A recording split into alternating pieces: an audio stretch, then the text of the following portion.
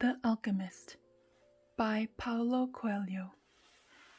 Read by Jian Quan. Part 1. The boy's name was Santiago. Dusk was falling as the boy arrived with his herd at an abandoned church. The roof had fallen in long ago, and an enormous sycamore had grown on the spot where the sacristy had once stood. He decided to spend the night there. He saw it to that all the sheep entered through the ruined gate, and then laid some planks across it to prevent the flock from wandering away during the night. There were no wolves in the region, but once an animal had strayed during the night, and the boy had had to spend the entire next day searching for it. He swept the floor with his jacket and lay down, using the book he had just finished reading as a pillow. He told himself that he would have to start reading thicker books. They lasted longer and made more comfortable pillows.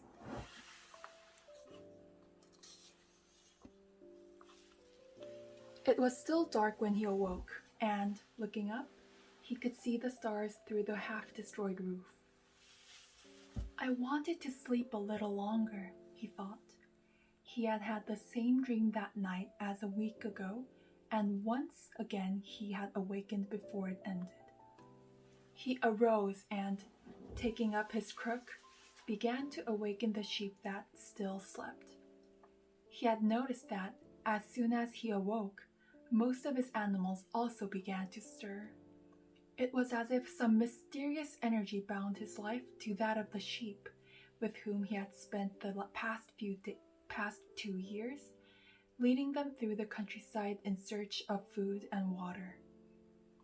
"They are so used to me that they know my schedule," he muttered. "They are so used to me that they know my schedule," he muttered. Thinking about that for a moment, he realized that it could be the other way around, that it was he who had become accustomed to their schedule. But there were certain of them who took a bit longer to awaken. The boy prodded them one by one with his crook, calling each by name. He had always believed that the sheep were able to understand what he said. So there were times when he read them a part of his books that had made an impression on him, or when he would tell them of the loneliness or the happiness of a shepherd in the fields. Sometimes he would comment to them on the things that he had seen in the villages they passed. But for the past few days he had spoken to them about only one thing, the girl, the daughter of a merchant who lived in the village they would reach in about 4 days. He had been to the village only once the year before. The merchant was the proprietor of a dry goods shop. And he always demanded that the sheep be sheared in his presence so that he would not be cheated. A friend had told the boy about the shop, and he had taken his sheep there. "I need to sell some wool," the boy told the merchant. The shop was busy, and the man asked the shepherd to wait until the afternoon. So the boy sat on the steps of the shop and took a book from his bag. "I didn't know shepherds knew how to read," said a girl's voice behind him. The girl was typical of the region of Andalusia, with flowing back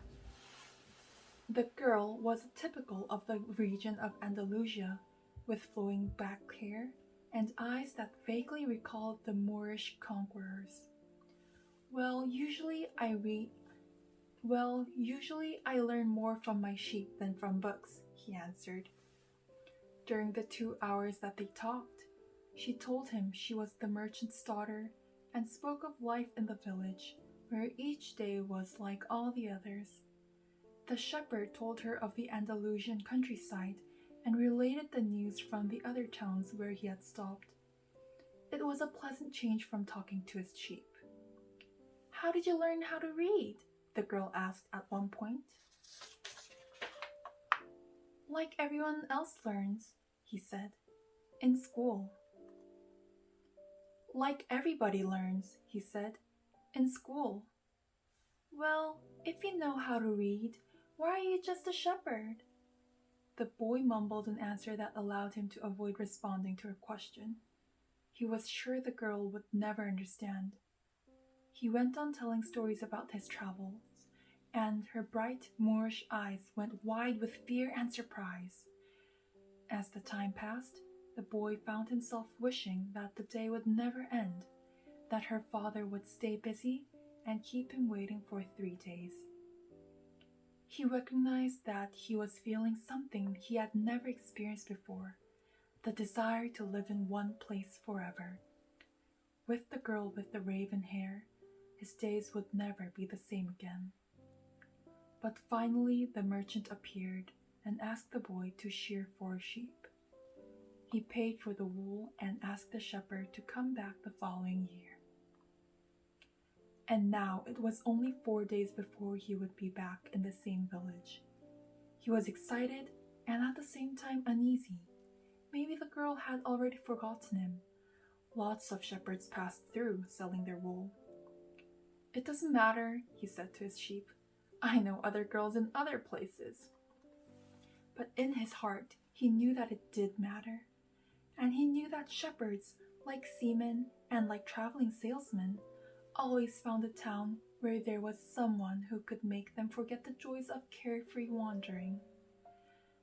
The day was dawning, and the shepherd urged his sheep in the direction of the sun. They never have to make any decisions, he thought. Maybe that's why they always stay close to me. The only things that concerned the sheep were food and water.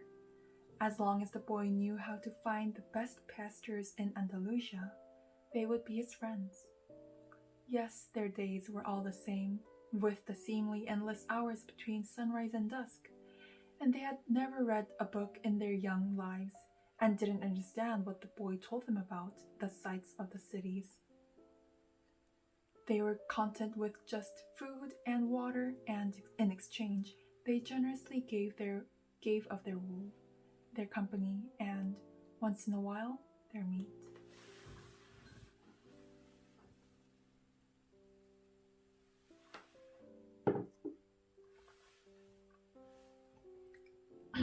The only things that concerned the sheep were food and water. As long as the boy knew how to find the best pastures in Andalusia, as long as the boy knew how to find the best pastures in Andalusia, the only things that concerned the sheep were food and water. As long as the boy knew how to find the best pastures in Andalusia, they would be his friends. Yes, their days were all the same, with the seemingly endless hours between sunrise and dusk, and they had never read a book in their young lives, and didn't understand when the boy told them about the sights of the cities. They were content with just food and water, and in exchange, they generously gave of their wool, their company, and, once in a while, their meat. If I became a monster today and decided to kill them, one by one, they would become aware only after most of the flock had been slaughtered, thought the boy. They trust me, and they've forgotten how to rely on their own instincts because I lead them to nourishment. The boy was surprised at his thoughts. Maybe the church, with the sycamore growing from within, had been haunted. It had caused him to have the same dream for a second time, and it was causing him to feel anger towards his faithful companions. He drank a bit from the wine that remained from his dinner of the night before, and he gathered his jacket closer to his body. He knew that a few hours from now, with the sun at its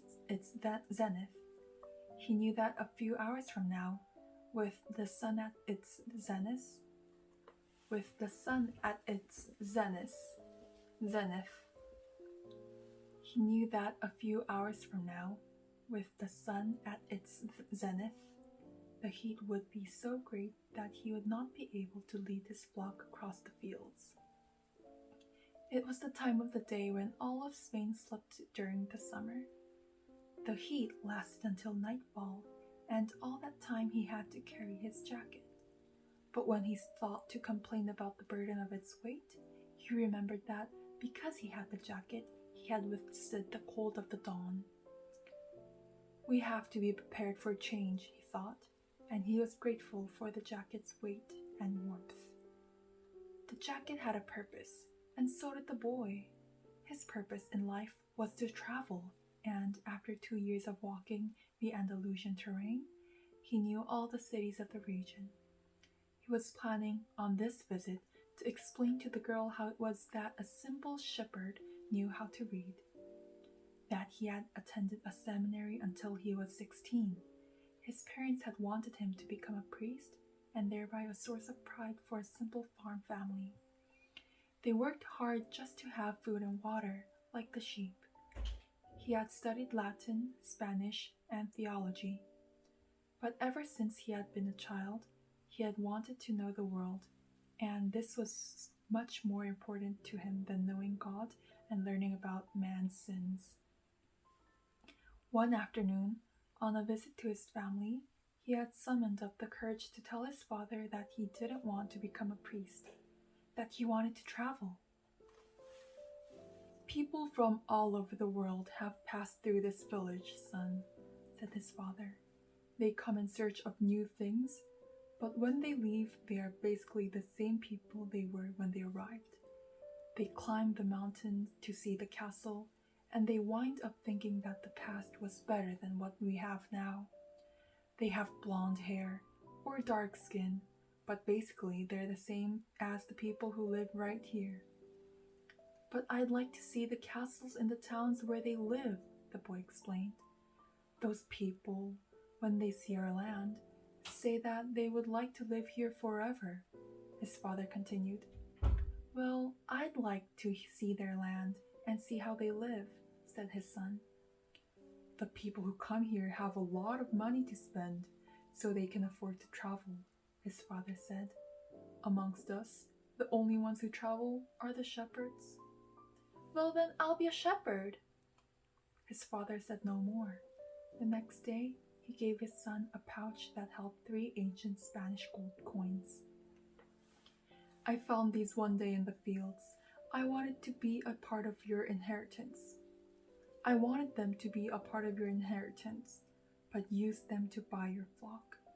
Take to the fields, and someday you'll learn that our countryside is the best, and our women the most beautiful.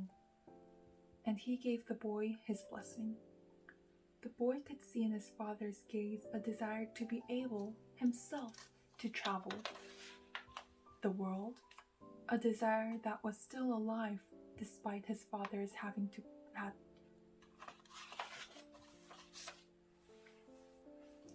And he gave the boy his blessing. The boy could see in his father's gaze a desire to be able himself to travel the world, a desire that was still alive despite his father's having had to bury it, over dozens of years, under the burden of struggling for water to drink, food to eat, and the same place to sleep every night of his life.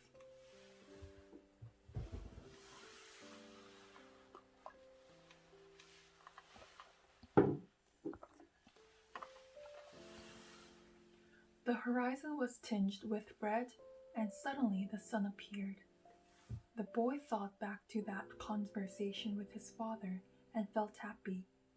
He had already seen many castles and met many women, but none the equal of the one who awaited him several days hence. He owned a jacket, a book,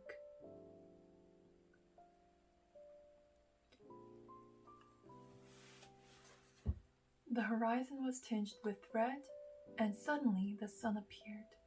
The boy thought back to that conversation with his father and felt happy.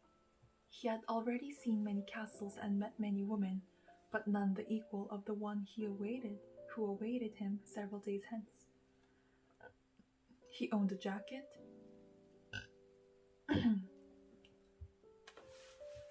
he had already seen many castles and met many women, but the horizon was tinged with red, and suddenly the sun appeared. The boy thought back to the conversation with his father and felt happy. He had already seen many castles and met many women, but none the equal of the one who awaited him several days hence. He owned a jacket, a book that he could trade for another, and a flock of sheep. But most important, he was able every day to live out his dream. If he were to tire of the Andalusian fields, he could sell his sheep and go to sea. By the time he had had enough of the sea, he would already have known other cities, other women, and other chances to be happy. I couldn't have found God in the seminary, he thought, as he looked at the sunrise. Whenever he could, he sought out a new road to travel. He had never been to that ruined church before, in spite of having traveled through those parts many days. Whenever he could, he sought out a new road to travel. He had never been to that ruined church before, in spite of having traveled through those parts many times. The world was huge and inexhaustible. He had only to allow his sheep to set the route for a while, and he would discover other interesting things. The problem is that they don't even realize that they're walking a new road every day. They don't see that the fields are new and the seasons change. All they think about is food and water. Maybe we're all that way, the boy mused. Even me. I haven't thought of other women since I met the merchant's daughter. Looking at the sun, he calculated that he would reach Tarifa before midday. There, he could exchange his book for a thicker one, fill his wine bottle, shave, and have a haircut. He had to prepare himself for his meeting with the girl, and he didn't want to think about the possibility that some other shepherd with a larger flock of sheep had arrived there before him with the There, he could exchange his book for a thicker one, fill his wine bottle, shave, and have a haircut. He had to prepare himself for his meeting with the girl, and he didn't want to think about the possibility that some other shepherd with the larger flock of sheep had arrived there before him and asked for her hand. It's the possibility of having a dream come true that makes life interesting, he thought, as he looked again at the position of the sun and hurried his pace. He had suddenly remembered that in Tarifa there was an old woman who interpreted dreams. He had suddenly remembered that in Tarifa there was an old woman who interpreted dreams. The old woman led the boy to a room at the back of her house. It was separated from her living room by a curtain of colored beads.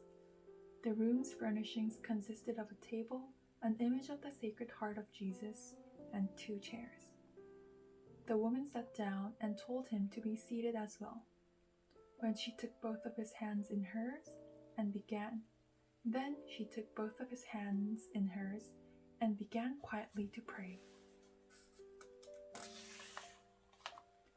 It sounded like a gypsy prayer. The boy had already had experience on the road with gypsies. They also traveled, but they had no flocks of sheep. People said that gypsies spent their lives tricking others. It was also said that they had a pact with the devil and that they kidnapped children and, taking them away to their mysterious camps, made them their slaves. As a child, the boy had always been frightened to death that he would be captured by gypsies, and his childhood fear returned when the old woman took his hands in hers. But she has the Sacred Heart of Jesus there, he thought, trying to reassure himself. He didn't want his hand to begin trembling, showing the old woman that he was fearful. He recited an Our Father silently. Very interesting, said the woman, never taking her eyes from the boy's hands, and then she fell silent. The boy was becoming nervous. His hands began to tremble, and the woman sensed it. He quickly pulled his hands away. I didn't come here to have you read my palm, he said, already regretting having come. He thought for a moment that it would be better to pay her fee and leave without learning a thing, that he was giving too much importance to his recurrent dream. "You came so you could learn about your dreams," said the old woman. "And dreams are the language of God. When he speaks in our language, I can interpret what he has said. But if he speaks in the language of the soul, it is only you who can understand. But whichever it is, I'm going to charge you for the consultation." Another trick, the boy thought, but he decided to take a chance.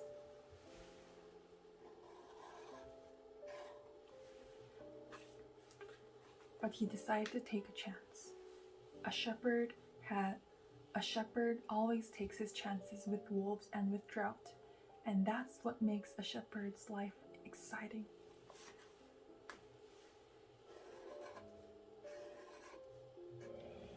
"I have had the same dream twice," he said. "I dreamed that I was in a field with my sheep, when a child appeared and began to play with the animals. I don't like people to do that because the sheep are afraid of strangers, but children always seem to be able to play with them without frightening them. I don't know why. I don't know how animals know the age of human beings." "Tell me more about your dream," said the woman. "I have to get back to my cooking, and since you don't have much money, I can't give you a lot of time." "The child went on playing with my sheep for quite a while," continued the boy, a bit upset, "and suddenly the child took me by both hands and transported me to the Egyptian pyramids." He paused for a moment to see if the woman knew what the Egyptian pyramids were, but she said nothing. "Then at the Egyptian pyramids," he said the last 3 words slowly. "Then at the Egyptian pyramids," he said the last 3 words slowly, so that the old woman could understand. "The child said to me, 'If you come here, you will find a hidden treasure.' And just as she was about to show me the exact location, I woke up. Both times." The woman was silent for some time. Then she again took his hands and studied them carefully. "I'm not going to charge you anything now," she said, "but I want 1/10 of the treasure if you find it." The boy laughed, out of happiness. He was going to be able to save the little money he had because of a dream about hidden treasure. "Well, interpret the dream," he said. "First, swear to me. Swear that you will give me 1/10 of your treasure in exchange for what I am going to tell you." The shepherd swore that he would. The old woman asked him to swear again while looking at the image of the Sacred Heart of Jesus. "It's a dream in the language of the world," she said. "I can interpret it, but the interpretation is very difficult. That's why I feel I deserve a part of what you find. And this is my interpretation. You must go to the pyramids in Egypt. I have never heard of them, but if it was a child who showed them to you, they exist. There you will find a treasure that will make you a rich man." The boy was surprised and then irritated.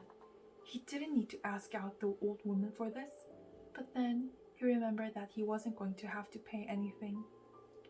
I didn't need to waste my time just for this," he said. "I told you that your dream was a difficult one. It's the simple things in life that are the most extraordinary. Only wise men are able to understand them. And since I am not wise, I have had to learn other arts, such as the reading of palms." "Well, how am I going to get to Egypt?" "I only interpret dreams. I don't know how to turn them into reality. That's why I have to live off what my daughters provide me with." "And what if I never get to Egypt?" "Then I don't get paid. I wouldn't be the first time." "Then I don't get paid. It wouldn't be the first time." And the woman told the boy to leave, saying she had already wasted too much time with him. So the boy was disappointed. He decided that he would never again believe in dreams. He remembered that he had a number of things he had to take care of. He went to the market for something to eat. He traded his book for one that was thicker, and he found a bench in the plaza where he could sample the new wine he had bought. The day was hot, and the wine was refreshing. The day was hot, and the wine was refreshing. The sheep were at the gates of the city, in the stable that belonged to a friend. The boy knew a lot of the people in the city. That was what made traveling appealing to him. That was what made traveling appeal to him. He always made new friends, and he didn't need to spend all of his time with them. When someone sees the same people every day, as had happened with him at the seminary, they wind up becoming a part of that person's life. And then they want the person to change. If someone isn't what others want them to be, the others become angry. Everyone seems to have a clear idea of how other people should lead their lives, but none about his or her own. He decided to wait until the sun had sunk a bit lower in the sky before following his flock back through the fields. 3 days from now, he would be with the merchant's daughter. He started to read the book he had bought. On the very first page, it described a burial ceremony, and the names of the people involved were very difficult to pronounce. If he ever wrote a book, he thought, he would present one person at a time so that the reader wouldn't have to worry about memorizing a lot of names.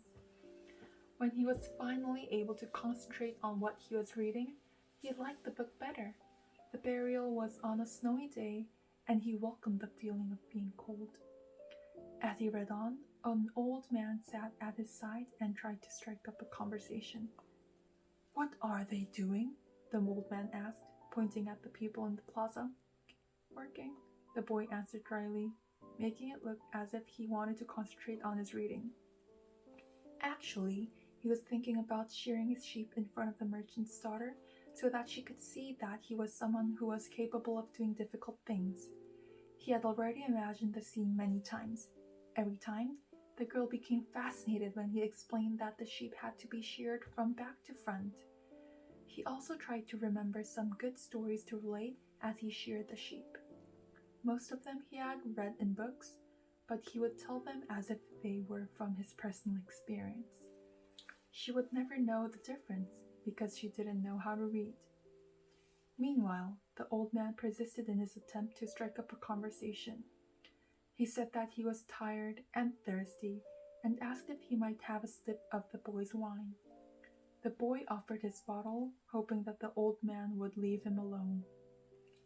But the old man wanted to talk, and he asked the boy what book he was reading. The boy was tempted to be rude and to move to another bench, but his father had taught him to be respectful of the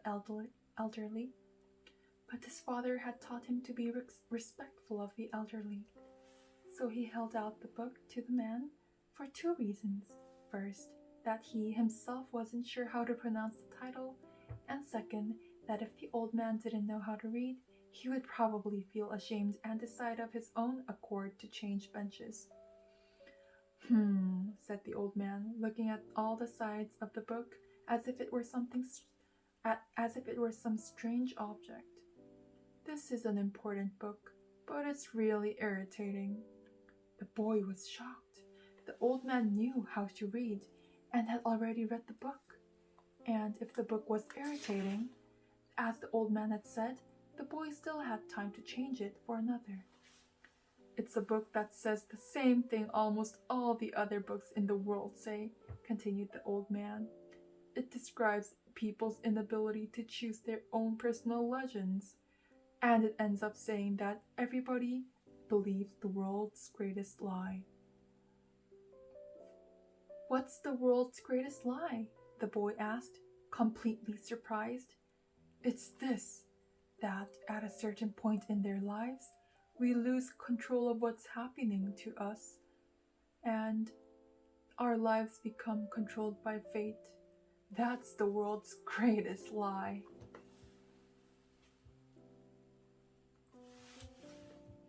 "It's a book that says the same thing almost all the other books in the world say," continued the old man.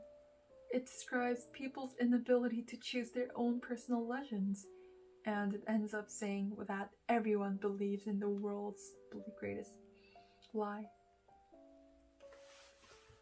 It describes people's inability to choose their own personal legends. And it ends up saying that everyone believes the world's greatest lie. What's the world's greatest lie? Said the boy asked. What's the world's greatest lie? The boy asked, completely surprised. It's this, that at a certain point in our lives, we lose control of what's happening to us, and our lives become controlled by fate. That's the world's greatest lie. That's never happened to me, the boy said.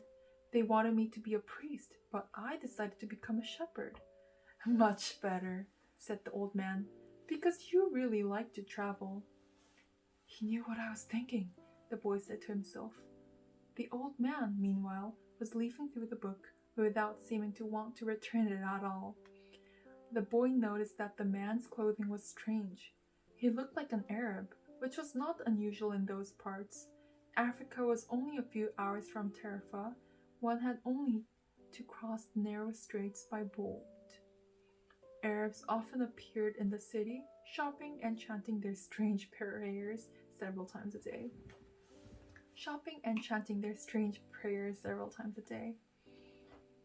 Where are you from? The boy asked. From many places. No one can be from many places, the boy said. I'm a shepherd, and I have been to many places, but I come from only one place, from a city near an ancient castle. That's where I was born. Well then, we could say that I was born in Salem. The boy didn't know where Salem was, but he didn't want to ask, fearing that he would appear ignorant. He looked at the people in the plaza for a while. They were coming and going, and all of them seemed to be very busy. So, what is Salem like? He asked, trying to get some sort of clue. It's like it always has been. No clue yet, but he knew that Salem wasn't in Andalusia. If it were, he would already have heard of it. And what do you do in Salem? He insisted. What do I do in Salem? The old man laughed. Well, I'm the king of Salem. People say strange things, the boy thought. Sometimes it's better to be with sheep who don't say anything. And better still, to be alone with one's books. They tell their incredible stories at the time when you want to hear them. But when you're talking to people, they say some things that are so strange that you don't know how to continue the conversation.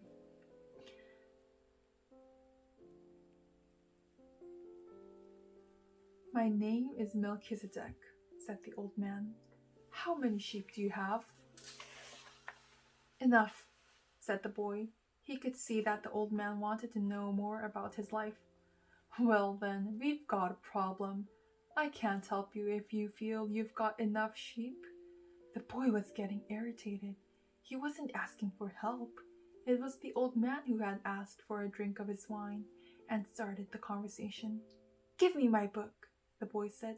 I have to go and gather my sheep and get going. Give me 1/10 of your sheep, said the old man, and I'll tell you how to find the hidden treasure. The boy remembered his dream, and suddenly everything was clear to him. The old woman hadn't charged him anything, but the old man, maybe he was her husband, was going to find a way to get much more money in exchange for information about something that didn't even exist. The old man was probably a gypsy too. But before the boy could say anything, the old man leaned over, picked up a stick, and began to write in the sand of the plaza. Something bright reflected from his chest with such intensity that the boy momentarily blinded. With the movement that was too quick for someone his age, the man covered whatever it was with his cape. When his vision returned to normal, the boy was able to read what the man had written in the sand. There, in the sand of the plaza of that small city, the boy read the names of his father and his mother and the name of the seminary he had attended. He read the name of the merchant's daughter, which he hadn't even known, and he read things he had never told anyone. I'm the king of Salem, the old man had said. Why would a king be talking with a shepherd? The boy asked, awed and embarrassed. For several reasons, but let's say that the most important is that you have succeeded in discovering your personal legend. the boy didn't know what a person's personal legend was. It's what you have always wanted to accomplish. Everyone, when they are young, knows what their personal legend is. At that point in their lives, everything is clear and everything is possible. They are not afraid to dream and to yearn for everything they would like to see happen to them in their lives. But as time passes, a mysterious force begins to convince them that it will be impossible for them to realize their personal legend. None of what the old man was saying made much sense to the boy, but he wanted to know what the mysterious force was. The merchant's daughter would be impressed when he told her about that. It's a force that appears to be negative, but actually shows you how to realize your personal legend. It prepares your spirit and your will, because there is one great truth on this planet. Whoever you are, or whatever it is that you do, when you really want something, it's because that desire originated in the soul of the universe. It's your mission on Earth. Even when all you want to do is travel, or marry the daughter of a textile merchant? Yes, or even search for treasure. The soul of the world is nourished by people's happiness, and also by unhappiness, envy, and jealousy. To realize one's destiny is a person's only real obligation. All things are one. And when you want something, all the universe conspires in helping you to achieve it. They were both silent. They were both silent for a time, observing the plaza and the townspeople. It was the old man who spoke first. "Why do you tend a flock of sheep?" "Because I like to travel." The old man pointed to a baker standing in his shop window at one corner of the plaza. When he was a child, the man wanted to travel too, but he decided first to buy his bakery and put some money aside. When he's an old man, he's going to spend a month in Africa. He never realized that people are capable at any time in their lives of doing what they dream of. "He should have decided to become a shepherd," the boy said. "Well, he thought about that," the old man said. "But bakers are more important people than shepherds. Bakers have homes, while shepherds sleep out in the open. Parents would rather see their children marry bakers than shepherds." The boy felt a pang in his heart, thinking about the merchant's daughter. There was surely a baker in her town. The old man continued, "In the long run, what people think about shepherds and bakers becomes more important for them than their own personal legends." The old man leafed through the book and fell to reading a page he came to. The boy waited and then interrupted the old man just as he himself had been interrupted. "Why are you telling me all this?" "Because you are trying to realize your personal legend, and you are at the point where you're about to give it all up." "And that's when you always appear on the scene?" "Not always in this way, but I always appear in one form or another. Sometimes I appear in the form of a solution or a good idea. At other times, at a crucial moment, I make it easier for things to happen. There are other things I do too, but most of the time people don't realize I've done them."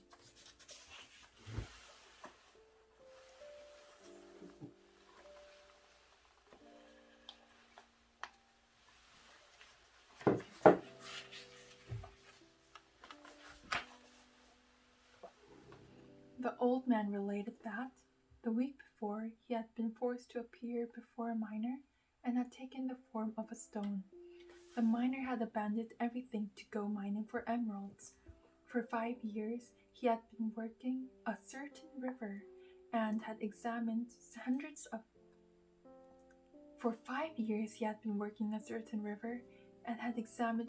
of thousands of stones looking for an emerald. The miner was about to give it all up, right at the point when, if he were to examine just one more stone, just one more, he would find his emerald. Since the miner had sacrificed everything to his personal legend, the old man decided to become involved. He transformed himself into a stone that rolled up to the miner's foot. The miner, with all the anger and frustration of his 5 fruitless years, picked up the stone and threw it aside. But he had thrown it with such force that it broke the stone it fell upon, and there, embedded in the broken stone, was the most beautiful emerald in the world. People learn early in their lives what is their reason for being, said the old man with a certain bitterness. Maybe that's why they give up on it. Maybe that's why they give up on it so early too. But that's the way it is. The boy reminded the old man that he had said something about hidden treasure. Treasure is uncovered by the force of flowing water, and it is buried by the same currents. Treasure is uncovered by the force of flowing water, and it is buried by the same currents, said the old man. If you want to learn about your own treasure, you will have to give me 1/10 of your flock. What about 1/10 of my treasure? The old man looked disappointed. If you start out by promising what you don't even have yet, you'll lose your desire to work toward getting it. The boy told him that he had already promised to give 1/10 of his treasure to the gypsy. Gypsies are experts at getting people to do that, sighed the old man. In any case, it's good that you've learned that everything in life has its price. This is what the warriors of the light tried to teach. The old man returned to the boy. Tomorrow, at this same time, bring me 1/10 of your flock, and I will tell you how to find the hidden treasure. Good afternoon. And he vanished around the corner of the plaza.